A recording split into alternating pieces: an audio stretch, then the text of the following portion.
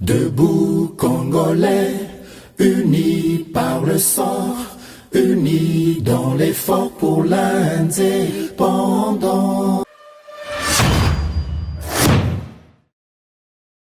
Les forces armées sont en train de faire leur travail.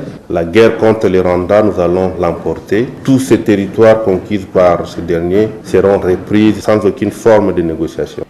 Boza, le bienvenu na plateau Yaba éclairé Otobengi, debout congolais, bipa union sobozwami à travers Mokili Mobimba, Boeba ete Samba Olunga Azakane Sengo, Yakoe Babino Ebele à travers le monde et bien évidemment à travers la République démocratique du Congo, Pona Kolanda Basango, Ndengena Ndimbola Kango à travers analyse et décryptage.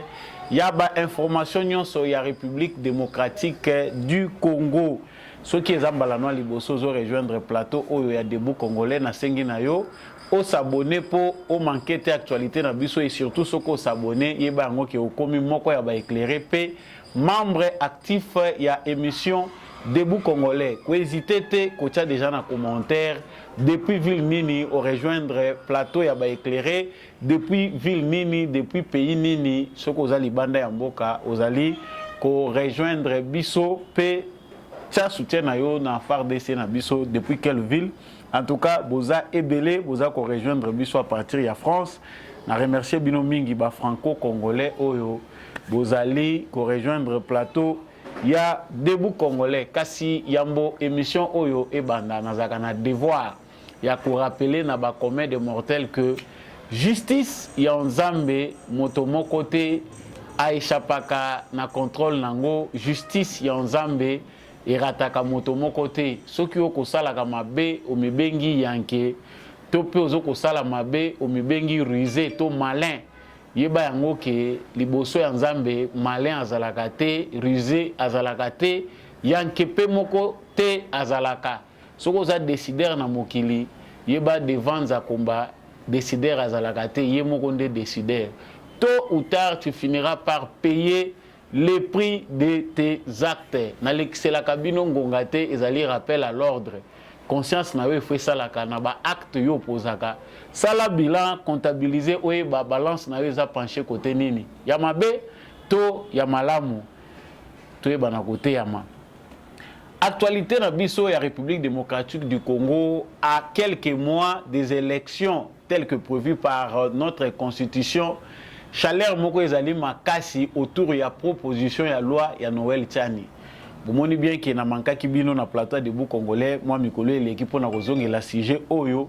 En tout cas, ça tire avec des balles réelles concernant proposition il y a loi il y a Noël Tchani. Loi Oyo bomona kintingi pululu na Noël Tchani ba kei kokoti sanakati ya parlement ezali loi moko ba musu bazali ko bengango ségrégationniste ba musu ba lobi ezali loi moko tribal discriminatoire ba propos ezali ebelé. Mais boyoka ki yango week-end utaki koluka Daniel Safu moko ya ba honorable député asila ki kotalisa ete Gilles Alingeti azali sénégalais. Tout moni pe mama ya Gilles Alingeti koleka pona kosala démenti. Gilles Alingeti ye moko pe asi rappela ki déjà l'ordre par réponse na ya pesa ki na Daniel Safu. Nous allons aujourd'hui parler de quoi parce que ezali sur actualité te ezali likambo bosi boyebi. Qu'est-ce qui peut se passer si aujourd'hui cette loi-là passée? Est-ce que probabilité nini tokopé ça na loi wana par rapport à la tension d'engez ali komone na de diverses passions. Tout le monde na ba province ebele échantillon moko ya bato bazali kobima pona ko dénoncer kotalisa te loi wana ezali na litomba te eyende ko diviser ba congolais. Qui sont ces congolais là? Oyo bazali prêté ya kokende na sens oyo makanisia Noël Tchani ezali kotinda biso. Nous allons les découvrir à travers cette émission. Et puis il faut peut-être continuer koyeba te makambo ezali ko continuer kokende mbilinga pona biso na cadre ya makambo ezako leka na est ya République démocratique du Congo. Ba FARDC na biso basalaki aso moko mokolelekaki ya lobby contre bastion moko ya ba ADF ebele ya badef bazaki tué pe ba arme eza récupéré toko kende pe na la République démocratique du Congo epai wapi toyoki ke mweso ezalaki attaqué par des rebelles de M23 bango bataka sali aso moko contre ba FARDC na biso na kati ya cité ya mweso bango bazali ko bunda na sika wana FARDC pona ko bango bazana intention ya ko prendre contrôle ya mweso.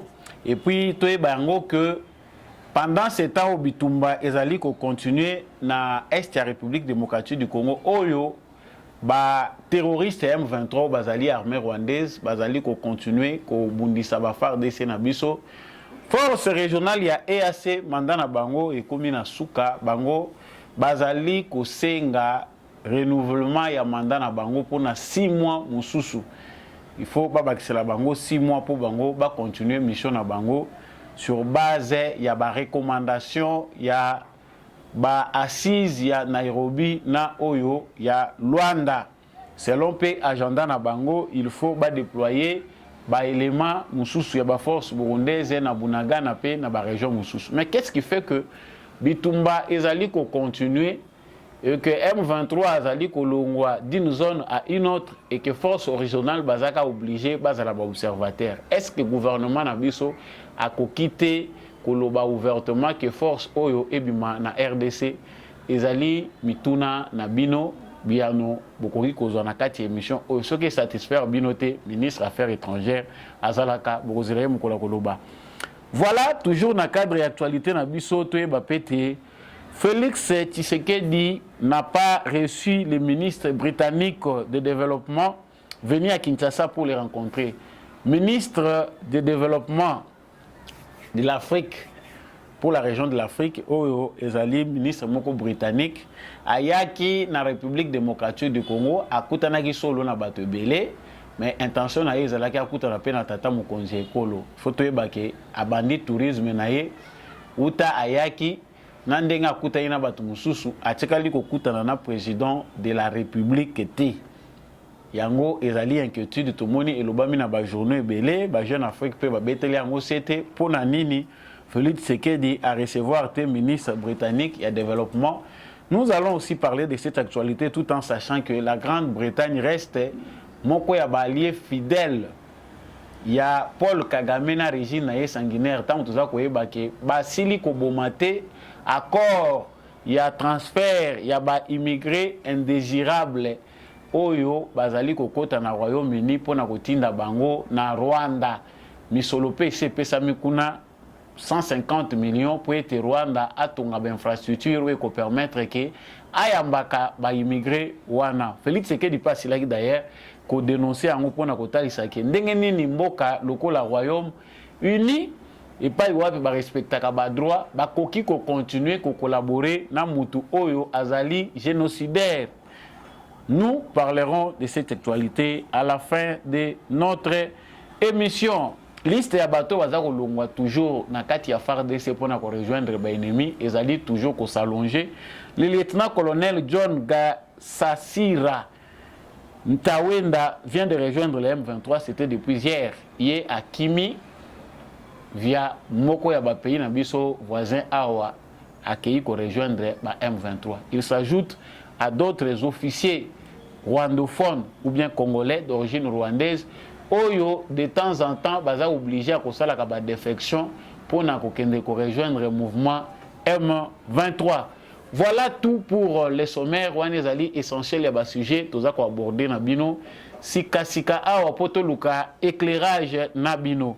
Na rappeler les sources que ceux Zambalanois Liboso au rejoindre émission Debout Congolais à travers chaîne GCAM Télévision. Abonnez-vous pour ne jamais manquer notre actualité. Surtout, laissez votre commentaire. Depuis quelle ville vous soutenez nos FARDC? Depuis quelle ville vous nous rejoignez en suivant les analyses de Samba Olonga. Totomboli Bendele Nabiso, émission Eshili Bongo Kobanda. Voilà. Likambo yo ya loi oyo loi baza ko benga de père et de mère oyo ngai na soutenaka à 100% nazo ko supporter ngona ba trois composantes nyonso ya bomoto na ngai corps, âme et esprit. C'est-à-dire nous sommes parmi les Congolais là na kobomba position te et le but est que parce que nga naza liboso naza koloba non te je suis congolais de père et de mère ezali koloba te que tozali ko renier qualité ya bandeko oyo bazali congolais soit de père ya pamba soit de mère ou soit par adoption ou naturalisation. Ce n'est pas ça. Et là, liboso avant d'introduire débat oyo ezongi lisusu na toile likambuya loi proposition de loi oyo bazako benga Noël Tchani loi Tchani ezongi lisusu na débat. Depuis Noël Tchani accueilli ko introduire pour une seconde fois loi proposition de loi na yena ntingi pululu na Assemblée nationale. Tout le monde qui mboso dia président Assemblée nationale à lobby na yambi yango na maboko mibale na ko soumettre yango na débat na Assemblée ba kolobela yango. Depuis wana état-major ya batu oyo bazali contre loi wana ezali ya kolamuka en tout cas tozolala tozolamuka vraiment les Congolais se tirent à balles réelles na kati ya ba médias nyonso toutes tendances confondues. Ce qu'il faut d'abord savoir de cette proposition de loi, parce que ce n'est pas encore une loi. L'agitation fatigue toujours et pousse à mal agir. Ceux qui ont na raison na yo ou bien aux na défense na yo lingozwa, ceux qui ont agité, yeba yango ko finir kaka na bagissement moko ya malamu te. Il y a une part ya ba Congolais bazali ko dénaturer d'abord premièrement proposition ya loi oyo Noël Tchani ayenango. Noël Tchani moi janvita ye kuna balobi bitumba azonga kasimate ye mutalobi. Cette proposition de loi vise le déverrouillage des postes clés de nos institutions. En tout cas, nakoyi ko rassurer bino ke pona biso bato musuto yambe bisolo wana na esengo tolobi a Tchani ayena likanisha malamu. Toyebi ba penser derrière la tête de Noël Tchani. Mais au moins cette proposition qui vise à verrouiller les postes clés de nos institutions. Poste loko la présidence et Assemblée nationale. Poste loko la présidence et Sénat. Oh soki lelo mokonzi ya mboka. Monsieur Zomona bien talobi na nina tika mboka. Sénat, président ya Sénat. Poste loko la premier ministre. Poste loko la chef d'état-major. Poste loko la présidence ya cour suprême de justice ou cour constitutionnelle. Ce sont des postes clés de nos institutions pour ne citer que ceux-là. Ba poste oyo ezali ba poste moko d'abord naturellement il faut tozala na ba élément oyo ezali kopesa biso moi crédibilité à loyauté. Tolobite ke mutu ko zala loyal ezaka ka mutu azali de père et de mère. Non, c'est faux. Mais to moni ke na kati ya débat oyo loi proposition de loi Noël Tchani ememi ezana bato oyo bazali par nature ou bien par profession ba manipulateur oyo bazalaka toujours na mission ya ko créer cacophonie et sika débat ezalaka ya ko créer des ordres baza ba spécialiste ya cadrage na désinformation pour na kolongola batu na makanisi ya malamu oyo ko pousser biso nyonso tozwa éclairage. Tchani a proposé. Nous sommes en démocratie, Constitution de la République démocratique du Congo, et ezali ko garantir liberté d'expression na opinion. Citoyens so congolais azali na droit ya ko pesa likanisi na ye ko pesa proposition na ye sans toutefois être inquiété. Likanisi wana ekoki ko leka ndenge ekoki ko leka na débat soki esengi ke kende na ba institution na biso ba trouver que ekoki ko zala reçu. Bakoki kosala nango objet ya débat na ba représentant ya peuple na kati ya institution to bengi parlement pour na koyeba ndenge nini ko kozala appliquer. Mais ce qu'on voit au Congo pousse même batu oyo bazala qui est indifférent vis-à-vis de cette loi ba adhérer na likambo. Franchement même ngana komi ko pousser vraiment que biso ba congolais oyo soko za congolais o mibenga ka indifférent makamba politique esala ka yo pasi au moins likambo yo na komi ko mona ke zo senga ke congolais nyonso akota makambo parce qu'on sent qu'il y a une forte manipulation ya mbongo. Avant na propos à Daniel Saf, je vais vous parler de ce qui se passe actuellement sur toute l'étendue du territoire national. Les partis ensemble de Moïse Katumbi mobilisent ces moyens. Parce que tous les côtés là comment la manifestation est dans la République démocratique du Congo. Outre la manifestation où il est na Chopo, la manifestation où il est na Kisangani, il y a des manifestations soi-disant à Batuna Lubumbashi parce qu'on voit qu'un échantillon, une centaine, 200 personnes, Batelemi, soit 10 personnes n'a papier. Nous dénonçons les caractères discriminatoires. Na batu oyo bazali komibenga ba lettré. Bazali kokota na débat oyo, mais pas avec une conscience libre, mais avec une conscience dérangée. Likolo ya corruption oyo ezali konyoko la ba Congolo bazana nzala.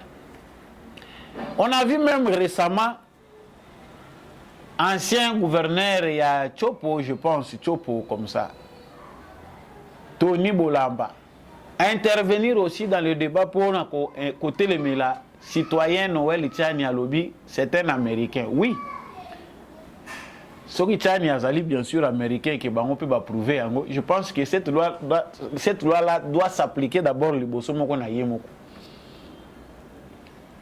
Loi wana eza ko revêtir caractère moko discriminatoire, ségrégationniste, bater mezali ebele.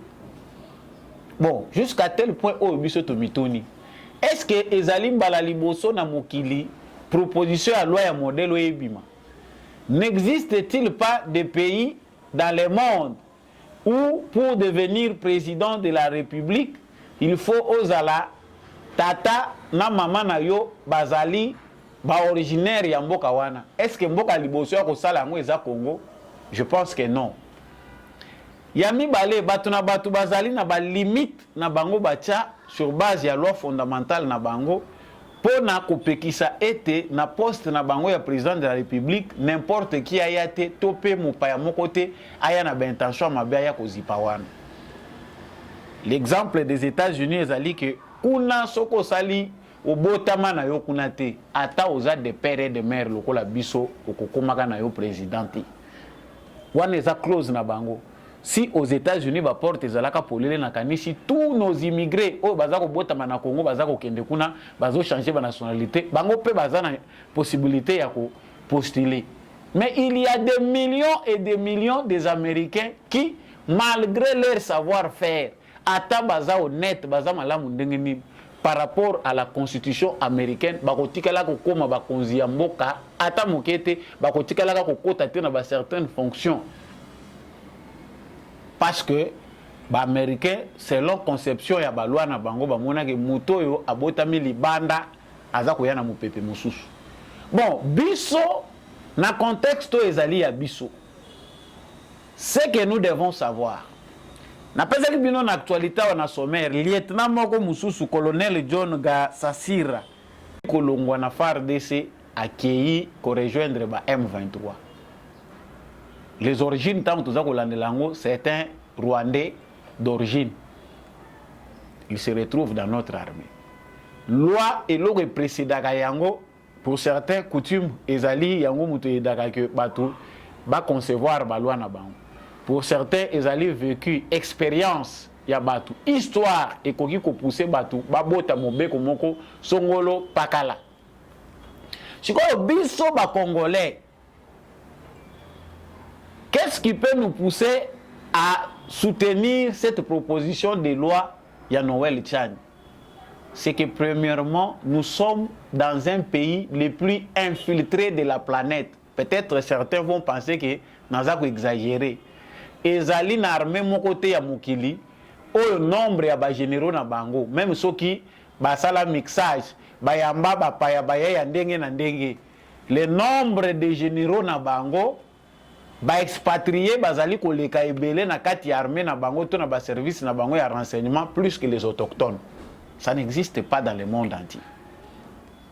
Ezali na ba institution mon côté ya pays moko na mukili oyo par ouverture.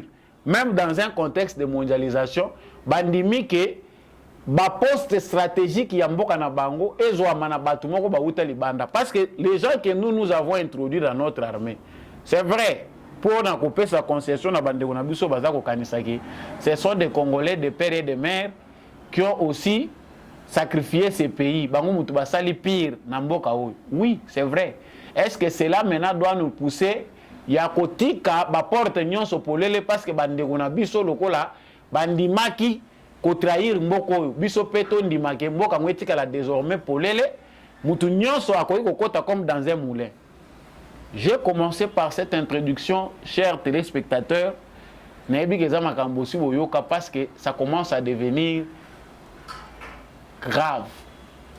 Grave parce que quelque part batumususu basilikaka soko komi ko intimider.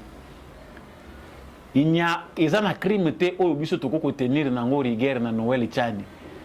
Qu'il ait de mauvaises intentions dans l'objectif d'écarter un candidat. Ce qui est makanisi Tchani, mais biso toza kotala l'importance et l'oro nini ko ko memela biso na mboka.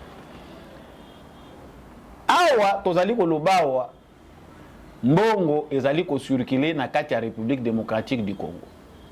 Je veux que notre illustration topé makamlalina lobasiko yawa ezala empreinte de sagesse pour toyeba quelle est l'attitude vraiment au biso ba congolais tokoki kozwa pour même ceux qui dans un avenir proche la déception mais au moins ba congolais raisonnable au bazan à 5 sens na bango bazala déjà fixé sur le type de comportement au ba ko adopter. Moïse Katumbi a nommé ce nouveau communicateur. Il a un parti politique. Pour ne citer que lui, hein, parce qu'il n'est pas le seul. Tant on a autant na bateau bazan en ligne à Monipe, gouverneur de la province orientale, Azalipe côté le Mélango, Bamanissa, notre aîné Bamanissa, il n'est pas allé côté le Mélango. Cette loi-là, il est discriminatoire parce qu'il empêche certains Congolais de vivre dans beaucoup de Bandakala, de battre, koya koleka na ba poste clé à l'institution. Ba communicateur ya Moïse Katumbi babimi. L'incident dans le bela qui a ngoté bo pesa nga vraiment tant na zongela penda likambo. Daniel Safou est tombé au point oyo a commis ko illustrer pour na kozwa défense côté le la loi Tchani dans le jeu démocratique les propos de Daniel Safou pouvaient être placés dans le contexte de la liberté d'opinion et d'expression dans le cadre du débat démocratique. Mais ma propos, je vous laisse encore suivre d'abord, propos pour analyser mon bien. Républicain. Alors, accepter la loi, comme tu dis là, des pères et des mères, c'est briser notre pacte républicain. Vous comprenez? Kengo Adon était qui? Malou était qui? J'en profite pour vous dire avec cette histoire des pères et des mères. Est-ce que vous savez qu'Alinguetti, c'est un Sénégalais? Son père est sénégalais. L'IGF, on lui a confié des grandes responsabilités d'ordre financier. Mais c'est un Sénégalais. Gilles Alinguetti, c'est un Sénégalais. Son père est sénégalais. Sa mère est Mombonda. Mais il est congolais. Il est congolais. Attendez, je vous dis, je vous fais une révélation. Vous êtes journaliste, vous ne grattez pas. Gilles Alinguetti, son père est sénégalais. Sa mère est Mombonda. De Bandundu. Hello. Ce qu'il fait comme travail, nous n'allons pas accepter cela parce que son père est sénégalais. Mais il est congolais. Il est congolais de par sa maman. Ce que moi j'ai voulu prendre d'abord awa, ezali contexte. Pour tout le monde qui batu mingi oyo, ndeko na biso, toko benga yebongo ndeko na biso Moïse Katumbi azako utiliser bazaka batu oyo. Normalement dans une société normale bakoyi ko occuper poste moko responsabilité. Gilles Alinguetti azali ko occuper IGF, Institution Générale des Finances, où il est chargé à contrôle. Daniel Safou na raisonnement na ye azali ko prétendre à lobby Gilles Alinguetti ye wana za ko sala musala malamu tata na ye aza sénégalais, c'est un sénégalais, il est là. Est-ce que Tobo Yaye a occupé wana parce qu'azali sénégalais? Je reviens à ce que je vous ai dit au départ. Suivez la plupart des gens qui entrent dans les débats. Oyo, il y a proposition à loi à Noël Tchani pour tout dénicher qui sont les manipulateurs. La plupart des gens qui viennent pour na ko écarter kolobaki loi Noël Tchani faut kolongolango bazali d'abord kolongola ba propos topé proposition ya Tchani na contexte nango ba kolinga ba dénaturer yango. Il y a des gens qui sont sortis balobi ba musu bazobenga ngo loi ya congolité. Alors que ce qui s'est passé en Côte d'Ivoire n'est pas la même chose avec ce qui se passe au Congo. La proposition est précise, il est clair dans sa communication, il a fait des conférences. Congolais azaki na souci koyoka ya yoka ki. C'est-à-dire, on s'engage bien dans les débats lorsqu'on a pris le temps d'écouter son interlocuteur. Si awa bango baza ko kanisa ke eza discrimination, il y a une partie des Congolais oyo ba discriminer bango, ba mettre bango à l'écart, ezali séparatiste. Le Congo compte combien de métiers? Et catégorie ya ba métier yango ezali ba métier nini? Sikoyo, est-ce que poste ya IGF ezali na liste oyoyo ya ba poste oyoyo Noël Tchani a classé? Est-ce que ba pekisi na motoyo azali de père et de mère congolais te akoma député? Tout le monde a dit Mundele azaya MLC. Il est allé s'enrôler na ba congolais na simanaye. C'est-à-dire à postuler paix. Mundele 100%. Aza peine à droit à postuler, il peut postuler paix kozala éligible. Mais est-ce que bapeki si na loi wana ke yo muto oza congolais par adoption, yo muto oza congolais par naturalisation, okoki ko occuper ba fonction te ya politique. Vous verrez ces gens-là comparer makambo ya football, bazui makambo ya football. Basangisi omoni yewana kuna azali nationalité boy yewana aza kosala malamu pona mboka. Chers frères congolais, ne vous laissez pas manipuler ni intimider na batu oyo bazali na munoko na bango na mensonge. On pouvait comprendre que le débat est démocratique, le jeu est clair. Si batu oyo bazali côté le Noël Tchani baza ko utiliser ba armes oyo ezali traditionnelles. Les armes traditionnelles dans une société démocratique. Le coup là, biso ndenge tozali ko lobelango, ezali ko accepter d'abord débat. Nini oyo bino bolingi, pourquoi bino bozali ko accepter na proposition wana te? Ici eloko biso tozoko yoka ezali kaka ségrégation. Tribalisme. Bazali ko écarter ba congolais. Chers frères congolais, bino bato bozali 50% ou par naturalisation, ne vous laissez pas emporter par un débat oyo ezali ko concerner binote mais ezali ko concerner mutu moko azali na ba motivation na ye mosusu. L'argent circule pendant ce moment où je vous parle. Un frère m'a informé à partir de l'Équateur que batu oyo bomonaki Grand Équateur na za koloba mais bazaki na chopo bato bomonaki ba se mobiliser ba lobby biso population tozali côté le mela loi wana ya Noël Tchani toboyi biso tolingi candidat na biso a postuler. Ils étaient préparés, ils ont mutu moko atambola ki azoko kende koluka bato bako participer na manifestation. Tango bokoya bolo babwe bazako kabula binombo. Donc, partout où se trouve les drapeaux du parti ensemble, il y a quelqu'un, un envoyé. Oyo azan enveloppe na ya assez azui. Cette enveloppe là consiste à mobiliser les gens pour tango médier koleka wana bako sala manifestation na bango baloba voilà la population de tel coin et contre la loi Noël Tchani sur base des enveloppes. Tokokai kozala d'accord.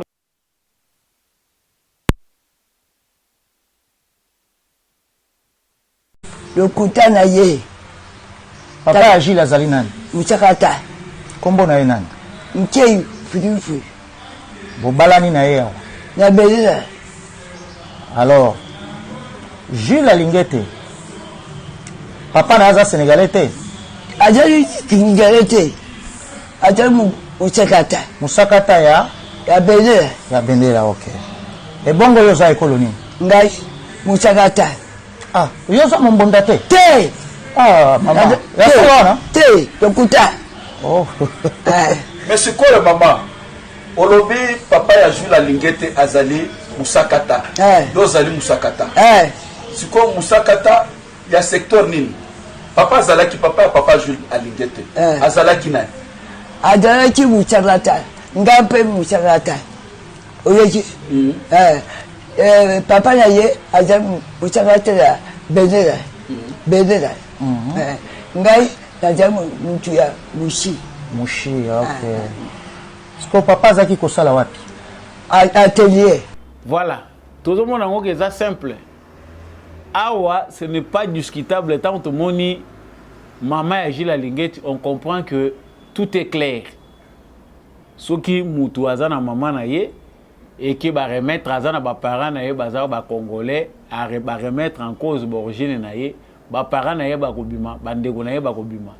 Il n'y a plus à dire là-dessus aux hommes que awa tout est clair. Ba denile si ba bimi ba sakata nyonso ba yebi ke Gilles Linguet azana ndeko na bango bazui Daniel Saf lokola muto liboma.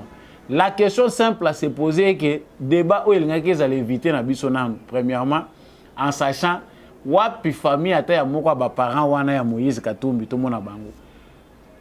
Parce que au moins ba congolais mususu bazana ba doute balingaki ba se rassurer. Batuni mutuna mama na yo aza wapi?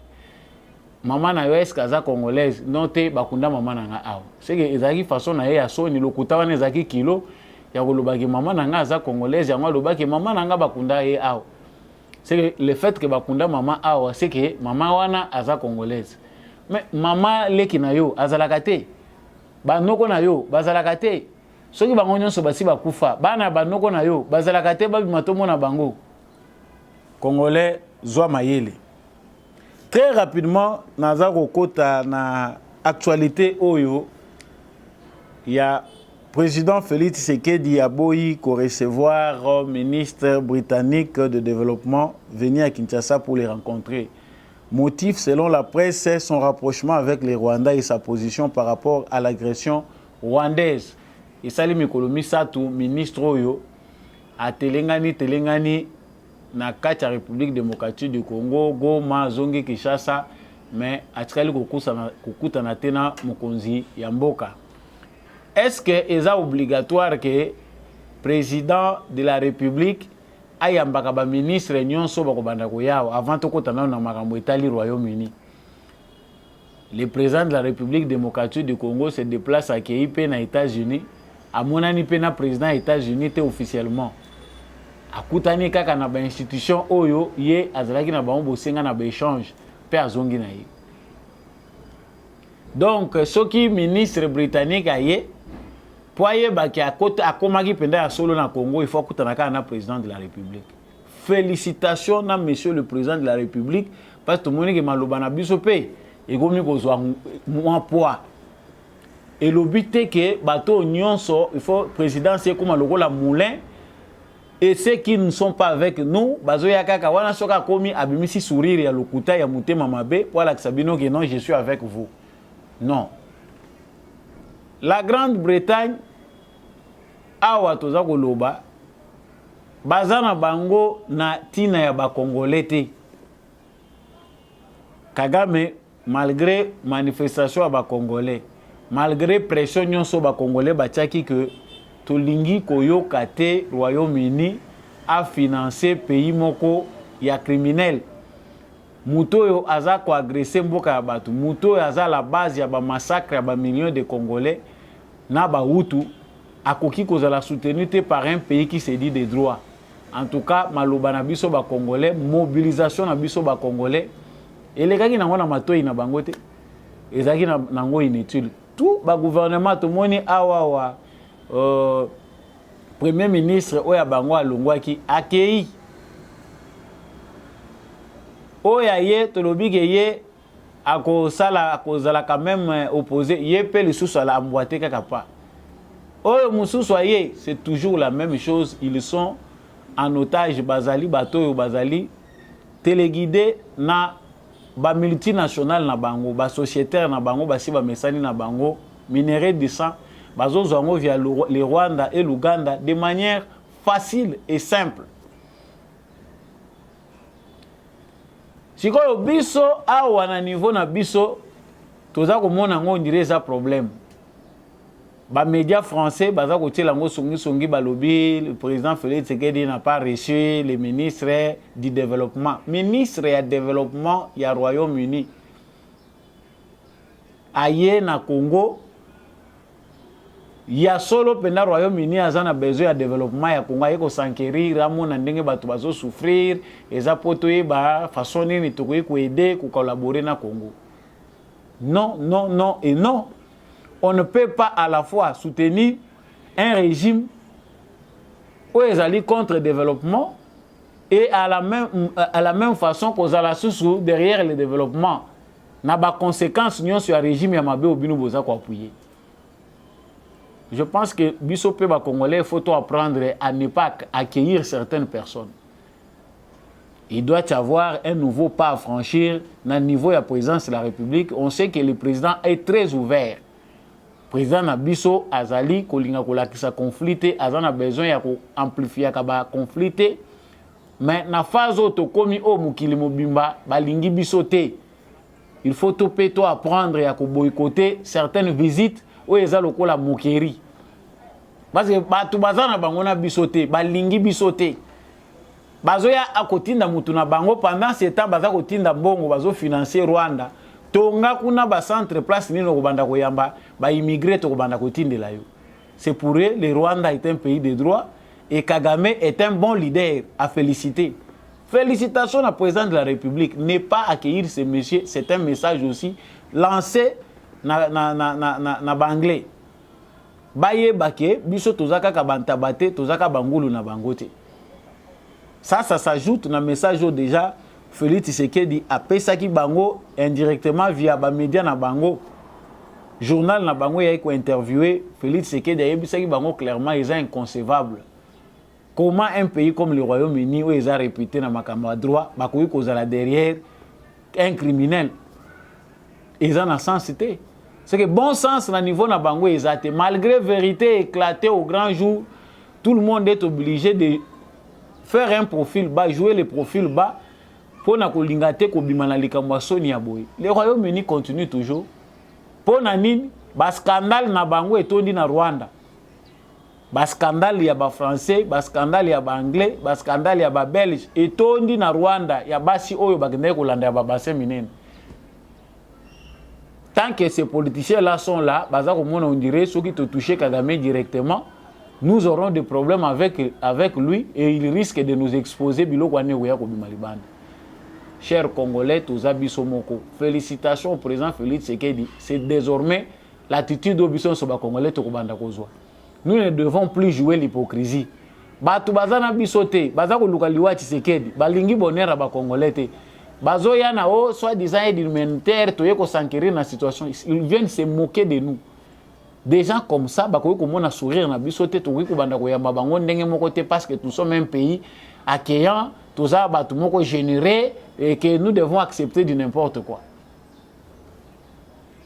C'est bien compris pour nous Congolais que désormais même sécurité en mboka na biso, la présidence de la République doit comprendre service na biso oyo bazali ko assurer sécurité à président faut baye baké.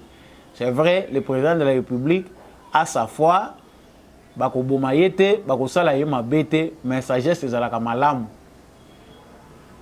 Il n'est plus question ya kondima batwana bakota kalokolo au moulin, babimaka lokola au moulin. Les seuls conseils à donner au président de la République c'est que il faut réduire ba visite à batu mususu. Aye asuke pas sama lukonde ou bien asuke pas ministre moko boye. Et silika kakuna. Mais nakanisi malembe toza kokoma wana parce que plus bazali ko abandonner biso bazako yeba te que tozali pe ko développer ba mécanisme na biso. Ce qui était plus dur, ils a qui phase auto traverser lobby. Mais avoir un des pères et des mères aujourd'hui au sommet de l'État, il y a un bénéfice. Même bango elo rezo bangi sa bango ya ngwana bayebi ke bato elo oni bazo sala. Est-ce que isolement tozo sala bango makamu tozo sala bango bazana eloko bazako tramete. Yango il faut ba multiplier ka bato.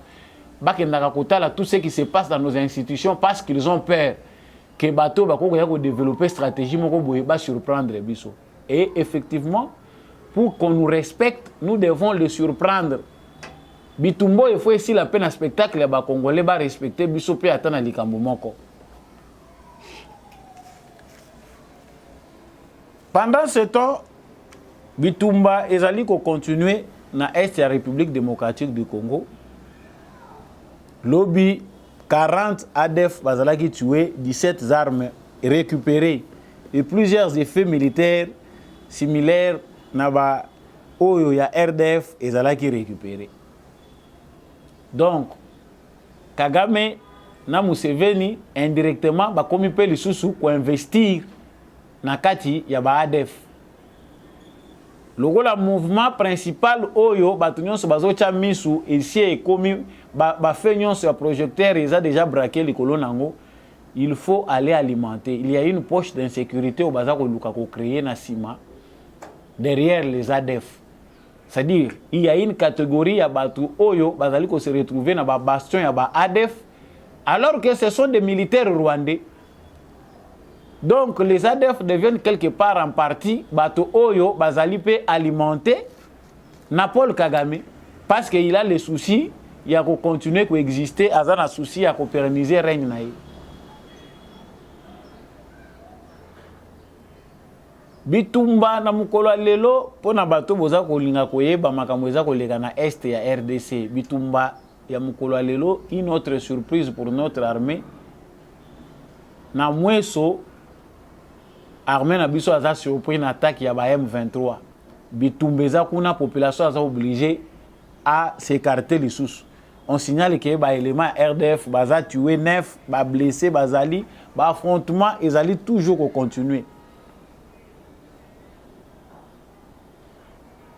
Pendant ce temps que l'affrontement est en continuer, nous on voit de notre côté, Bazako Senga Biso force régionale, Bazan a besoin de mandat Moussous il y a 6 mois.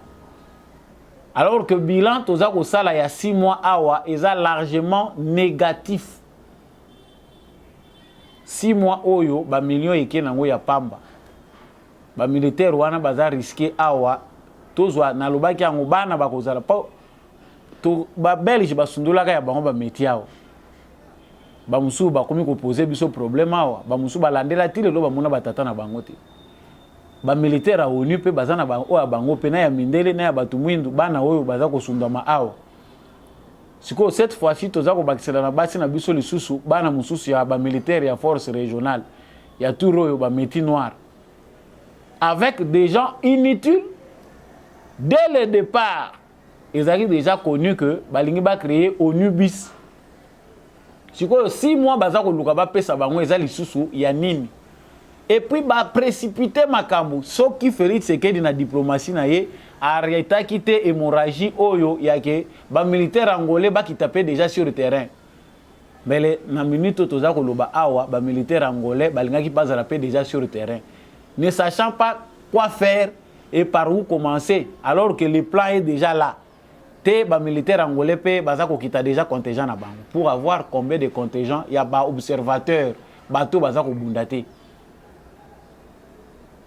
les complots de Macron complot ya Macron ya ba anglais pe batu nyonso baza contre changement na Congo na nuisilité objectif na bango ezaki loko la population congolaise a ça comprendre manœuvre ya ONU via la MONUSCO en République démocratique du Congo. Créer une autre force, en quelque sorte, dans le néocolonialisme, mais la forme militaire. On nous occupe, on dit que non, ce sont les forces africaines, tout le monde a ONU, tout ça qu'on remplace. Pour la remonter que esprit à la solution pour le bien-être exaté, esprit à la paix et sécurité exaté, ils sont dans le business. Les fonctionnaires ont répété comme la formule alors que les maîtres sont ailleurs. La force de l'ONU pouvait être armée et mandatée d'une mission offensive. Babanda ko attaquer les rebelles. Mais balobité ONU est seulement pour na makambwana to changer angote na Congo, bazawana ba sécuriser la population civile. Mais maintenant, ba memeli biso skoyo ONU pillage mususu ya batu mwindo ibengami na kombo force régionale. Après 6 mois, quel est le bilan? Les M23 na moment où toza koloba bazako sala kaka jeu ya ping pong, bazako baluka bakena gauche, bakena droite. Force régionale à l'obité, toza ko observer bango bientôt bako déposer les 30 ezako koka wa kalate. Dans 2 jours, to komi les 30. Siko bango bazako senga babakisa mikolo. Force burundaise, force kenyenne, ba tanzanien, tous ces militaires avec la volonté politique, on sait que bango moko bayebi ke mutu oyo visé awa c'est Kagame, c'est Museveni. Mais lokola baza na ngo bana ya ba occidentaux, bango bazozwa ba directive politique, ba militaire, ba komi ba négociateur, ba loyi ba militaire, ba sali boye. Pendant ce temps, société civile a alerté le mouvement ya ba M23 na ba village pour renforcer la position na bango. Kiaemba, groupement de Bukumbo, Maongozi, Kichanga, mituka oyoyo ya ba Ougandais ezo ya ko rejoindre ba militaire ya M23. Tukeza ko kota. E uti Uganda eza ko kota na kati ya RDC. On ne sait pas les chaos bazo ko luka ba memango na ndenge nini. Notre gouvernement doit être conséquent. Na point auto commis, on sait que manœuvre na bango, objectif na bango ba yenango, ba yaki nango po Goma est tombé, lokola ba échoué nango. Et que baza ko continuer ko bundana po ba komisa point na bango ndenge ba si fixer Goma, ba zo contrôle la Goma. Lokola simbité, tous à la peine courage à koyebisa bango vérité. En tout cas, le Congo doit voir les choses autrement.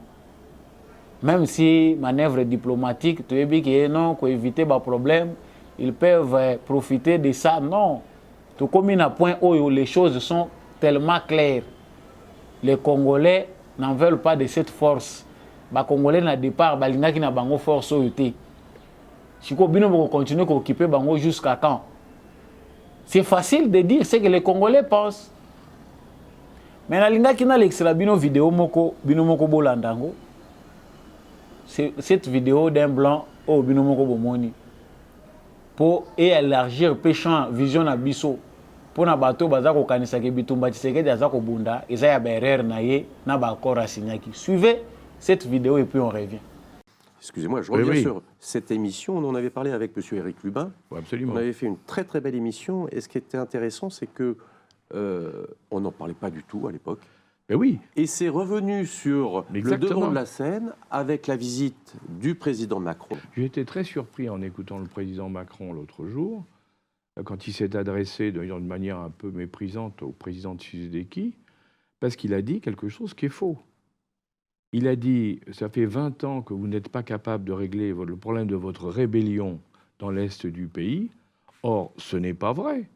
En réalité, ce qui s'est passé, c'est qu'après avoir mis Kabila à la tête de l'État congolais, Kagame et le président ougandais, parce qu'ils étaient tous les deux, les Ougandais et les Rwandais, ont dit « Nous, on veut, en contrepartie, on va récupérer toute la production minière de coltan, c'est essentiel pour les téléphones portables et autres, on va le récupérer, et c'est dans la province de l'Ituri, qui est la province qui est juste à la frontière du Rwanda et du Burundi. Et de l'Ouganda, pardon. Les compagnies minières ont commencé à exploiter le coltan. Comme il fallait, pour pouvoir ne pas être gênés par les Congolais, ils ont financé des milices terribles, hein, qui ont fait des atrocités épouvantables dans le coin, pour maintenir la terreur et garder le contrôle des mines. Et qu'est-ce qu'a fait Tshisekedi quand il est arrivé au pouvoir? Tshisekedi a dit « On ne peut pas continuer comme ça. Ça fait 20 ans que vous occupez une zone qui est une zone congolaise, que vous prenez le minerai, le coltan, et vous l'emmenez en Ouganda et au Rwanda. De là, vous le réexportez vers l'extérieur. Donc c'est vous qui faites les bénéfices et la plus-value. Hein, et nous, qui sommes les propriétaires du terrain, on n'a droit à rien. C'est scandaleux. Je veux que vous nous rendiez le contrôle de cette zone. Hein. Donc ce n'est pas du tout une rébellion. En réalité, c'est l'exploitation par des compagnies minières contrôlées et aidées par l'Ouganda et le Rwanda de toute la partie est du Congo. Et il y a une statistique, pour ceux qui pourront en douter, il y a une statistique fantastique, c'est vous regardez la production de coltan dans le monde et vous découvrez qu'il n'y a rien au niveau du Congo et qu'il y a plein au niveau du Rwanda, alors qu'il n'y a pas de mine au Rwanda de coltan. Vous voyez? Donc c'est vous dire... Alors, quand il dit qu'il y a une rébellion, non, il n'y a pas de rébellion. Et c'est au contraire... C'est une exploitation. Et là, on revient à ce que je vous disais, c'est les fameuses compagnies minières. Et pour prendre un autre exemple de compagnie minière... Voilà. Vidéo na kanti batebele bosi bomoni yango etamboli mingi na ba réseaux sociaux. chez nous les Congolais, il y a une part, na benga bango ba manipuler. Il y a batu baza komona que c'est Tshisekedi les collabos, il y a ba Kagame na Museveni. C'est Félix Tshisekedi qui est venu pour signer l'accord. Il y a Moutasali qui est M23 Izonga. Ça, c'est ce que les Kabylistes veulent faire croire aux Congolais qui ne connaissent pas l'histoire ou aux manipulés. Ça, c'est ce que disent les opposants. Bato baza comme benga ba opposants et Tshisekedi Musala baza ko sala chaque jour.